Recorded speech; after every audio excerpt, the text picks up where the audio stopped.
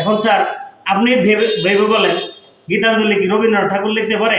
এটা হিন্দু মানুষ, বাংলাদেশে 95% উপরে হলো মুসলমান।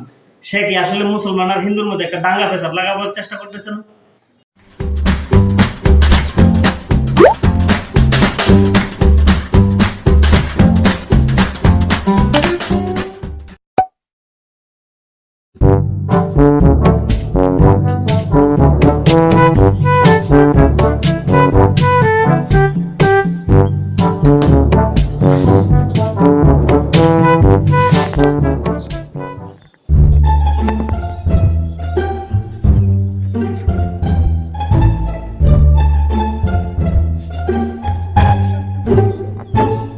বাহ, ছেলেটা তো অনেক ব্রিলিয়েন্ট।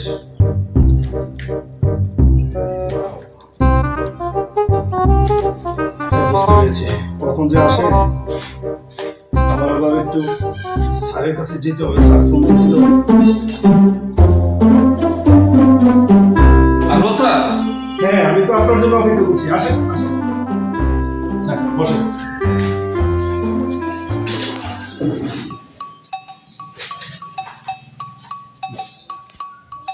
ওসি স্যার, স্যার এই যে আমার জন্য একজন ভদ্রলোক আছে, হ্যাঁ ওনাকে আপনি জিজ্ঞেস করবেন যে গীতাঞ্জলি কে লিখেছে।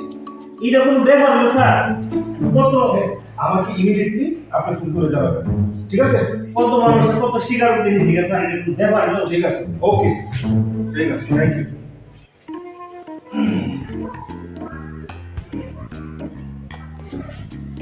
কি করে স্যারে কথা বলে গেল? গীতাঞ্জলি গীতাঞ্জলি কে লিখছে এটা বার করতাম না। আমার বইয়ে বাড়ি বৈশাখী গাড়ি জল খায়। আমি আসলাম শাখা দারোগা। আমার এই এনকাউন্টার স্পেশালিস্টের কারণে আমার দিছে ওসি বানায়। এটা পারতাম না, কথা বলো স্যারে। হ্যাঁ শালা রে, ওর দিকে সাইড করুন। না স্যার, আমি খামখেয়ালি করতেছি না। গীতাঞ্জলি রবীন্দ্রনাথ ঠাকুরই লিখছে স্যার। আবার কথা বলেন। স্যার রবীন্দ্রনাথ ঠাকুরই লিখছে স্যার। জি স্যার। স্যার আমি যে নেশনে বুঝেই বলছি স্যার, আপনি মনে হয় কোথাও ভুল করতেছেন। কি আসলে তো আপনি কি আসলে পাগল টাগল নাকি? আপনি জানেন আমি আমার অ্যাক্টিভিটিস দেখা সরকার আমাকে ওসি বানাই দিছে। আমি আপনার মতন এরকম কত মানুষের পিটাইয়া সত্য কথা উদ্ঘাটন করে ফেলছি। স্যার যদি এসে শুনে যে আপনি একই কথা বারবার বলতেছেন, তাইলে কিন্তু আপনার রক্ষা নেই। না স্যার, আমি ঠিকই বলছি, রবীন্দ্রনাথ ঠাকুরই লিখছে। এই কি বললি তুই? আমার ধৈর্যের বাঁধ ভেঙে যাচ্ছে কিন্তু, আমার কিন্তু ধৈর্যের বাঁধ ভেঙে দিচ্ছে। স্যার আমি তো সত্যি কথা বলছি।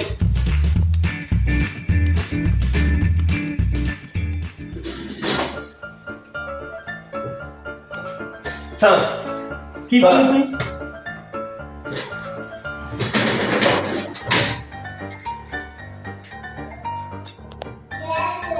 তোমায় মারলাম, এরপরে বালা করে কর কে লিখছে। স্যার রবীন্দ্রনাথ ঠাকুর লিখছে স্যার। আবার যেমন কথা কয়েছে, সময় আছে একটু স্যার স্যার স্যার আবার স্যার স্যার স্যার এখনো সময় আছে। স্যার স্যার স্যার নিজের দোষ অন্য গাড়ি চাপাইবার লাগে। স্যার স্যার আমি লিখছি বলবি না যে সাহসটা কত বড়? এখনো সময় আছে, বল কে বলছে, কে লিখছে? যাই হোক, স্যার যেভাবে পেটেন্ট করছে আর মনে হয় যে আর কতক্ষণ থাকে আরো দিব। তো সত্যি কথা বলতে যেটা কইছিলাম এটা না কই আমার নিজের নাম যেটা নিজে করছি এটাই স্যারের সাথে স্বীকার করে নাই। যদি এটা স্বীকার না করি তো স্যার আমার যে পেটেন্ট শুরু করছে আরো পিটাবো স্যার। তাইলে এই শালা কি কর, বিড়বিড় করে কি কর? স্যার স্যার স্যার আমি লিখছি স্যার। সত্য করে বল কে আমি লিখছে? লিখছি আমি লিখছি স্যার। কে আছিল? স্যার আমার বড় ভাই কাউকে। কাউসার আছিল? জি স্যার। শালা স্বীকার করবি না? আমার নাম সাখাওয়াত ওসি। আমার একটু কম পড়তে সরকার দারোগা থেকে ওসি বানাইছে। আমার বয়ে বাঘে গরুতে এক গাঁটে জল খায়। হ্যাঁ স্বীকার করবি না? স্যারের সাথে যে প্রশংসাটা মানে আমি প্রায় করেছি। আরে তো স্বীকার তো করছ, গাঁদায় তো পানি খায়, গোলা করে খায় আর কি।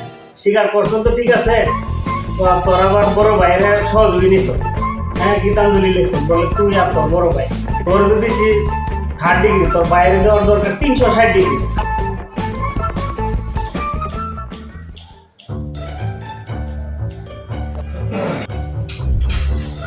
স্যার স্যার কি খবর সাগর স্যার? স্যার আপনি একটা অর্ডার দিয়েছেন স্যার, এটা আমার গায়ে কয়টা মাথা আছে স্যার, আমি এটা পুঙ্খানুপুঙ্খভাবে উদ্ঘাটন করে দিচ্ছি স্যার। আচ্ছা আচ্ছা, ভেরি গুড ভেরি গুড। হ্যাঁ, কি ব্যাপার কি ব্যাপার আব্দুল রহমান স্যার, আপনার এই অবস্থা কেন?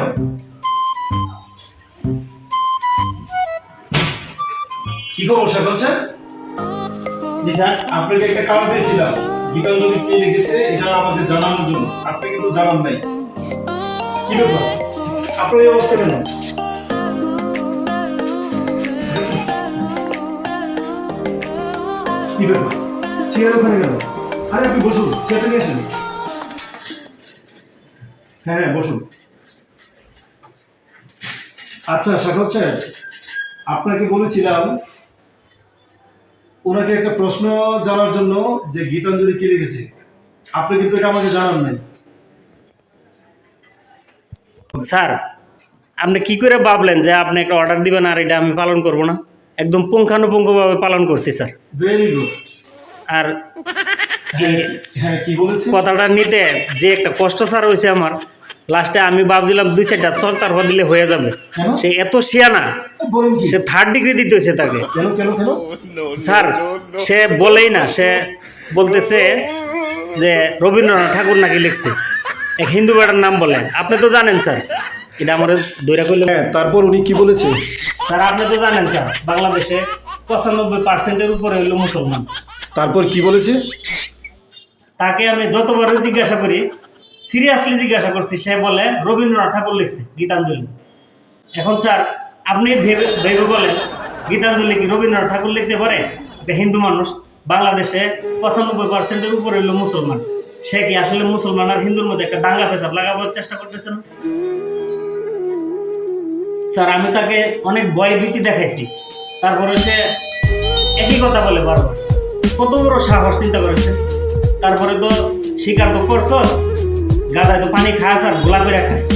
স্বীকার করছি ঠিক আছে, কিন্তু তারপরে আমি যখন জিজ্ঞাসা করছি তোর সাথে সহযোগী কে ছিল, তার বড় ভাইয়ের নাম বলছি স্যার। এখন কি স্যার আপনি ওই অর্ডারটাও দিন, আমার একটা অ্যারেস্ট ওয়ারেন্ট বানায় দেন, আমি তার বড় ভাইকে অ্যারেস্ট করে নিয়ে আসি। কত বড় সাহস! সে তো লিখছে তার বড় ভাই আবার তারে হেল্প করছে এই কাজে। এবার স্যার আপনি বলেন আমি তাকে কি করা উচিত ছিল? তাকে আমি 3rd ডিগ্রি দিছি ঠিক আছে, কিন্তু আমার জিদটা কিন্তু এখনো পড়ে নাই। তার বড় ভাই যে তাকে সহযোগিতা করছে এত বড় একটা ক্রিমিনালি কারবারের মধ্যে, আমি তাকে ধরে নিয়ে আসা আমি তাকে 360 ডিগ্রি দিব স্যার। আপনি একটু কাইন্ডলি একটা অ্যারেস্ট ওয়ারেন্ট বার করে দিন স্যার। থামুন আপনি, কি বলছেন উল্টাপাল্টা কথা? উনি তো ঠিকই বলছে। আরে গীতাঞ্জলি তো রবীন্দ্রনাথ ঠাকুরই লিখেছে। এই আপনাদের মতো পুলিশ অফিসাররা আসলে কি করে যে পুলিশের চাকরি পাইলেন? আচ্ছা আপনি সত্যি করে বলেন তো সাগর স্যার, আপনি কি অটো পাস করে এসেছেন? স্যার কি বলেন, আপনি কি পাগল হয়ে গেলেন? আরে পাগল হবো না তো কি করবো? আরে একটা স্কুলের ছোট বাচ্চারাও জানে গীতাঞ্জলি কে লিখেছে, আর আপনার এই মাথায় কি গুগল আপনার মাথার ভিতরে ঢুকে না? ও এখন উদুর পিন্ডি বুদুর গারে চাপাচ্ছেন স্যার। আপনি যেই ভাষায় বললেন গীতাঞ্জলি কে লিখছে, এই প্রশ্নের জবাবটা নিতে ইমিডিয়েট। আমি তো স্যার একটা অক্ষরও কোনো অমান্য করি না আপনার প্রতিটা অর্ডার আমি পুঙ্খানুপুঙ্খভাবে পালন করছি। থামুন, আমার যে কষ্ট হয়েছে স্যার, আবার ধমক দিতেছেন। আমার এই একই কথা বলতেছেন। যান যান আপনি। স্যার আপনি আমার কথাটা বিশ্বাস করতে পারতেছেন না? তাকে এত করে বুঝায় বললাম, বিনয়ের সুরে বললাম, সে স্বীকার করে নাই। শেষে তাকে 3rd ডিগ্রি দেওয়ার ভয় দেখাইছি, পরে সে স্বীকার করছে। কি বললেন স্যার? থামুন, যান আপনি রুমে যান।